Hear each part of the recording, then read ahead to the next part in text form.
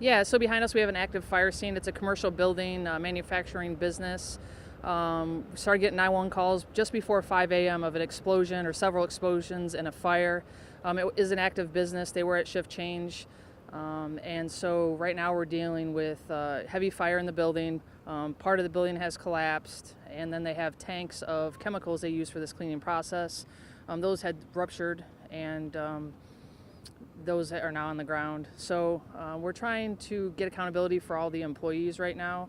We do, unfortunately, have two that are still unaccounted for. So right now, the priority is life safety and fire mitigation. So we are actively assessing any areas in the building where we believe anybody could be in a void space or an area that is protected from the fire.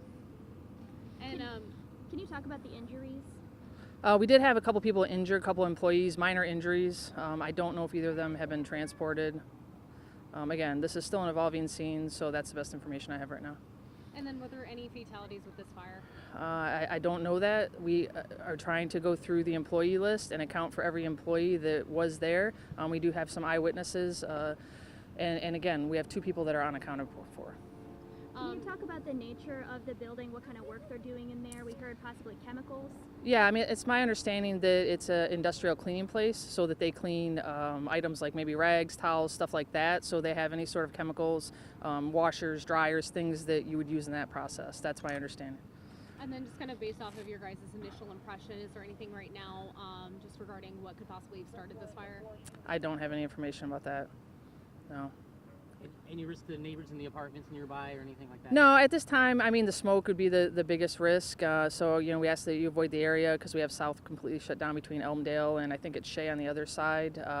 Like I said, the tanks that we were concerned about earlier in the incident, we got visibility on through our drone, and now they are on the ground and emptied. So we will be dealing with some ground cleanup, though, once we get this under control. What are the challenges of fighting a fire like this? Safety from explosions and a hazardous material standpoint, right? So initially they had explosions, so we had to stay back a little bit, use our master streams like you see in the ladder truck. But also there was a water line that ruptured in the building that gave us really low water pressure. So, we had to tap a couple different hydrants, and we were having issues with that until we could get the water shut off.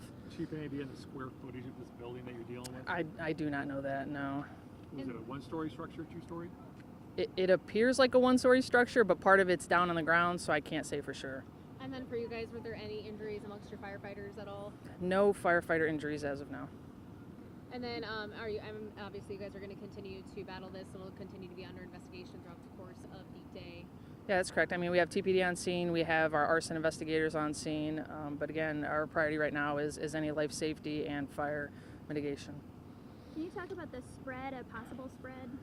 Is there any possible spread to other buildings? Has it reached multiple buildings?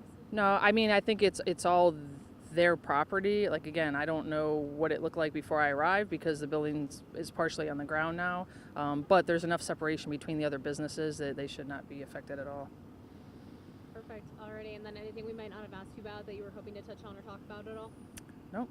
Awesome. I guess one question I did have, so I know two people unaccounted for. Is this turning into a recovery, or is this still active search? No, we're still actively searching because we do believe there are spaces within the building where survivors could be. So we are searching with our search and rescue and our USAR team, targeting those areas and where we believe that they were last seen. Thank you, Chief. Mm-hmm.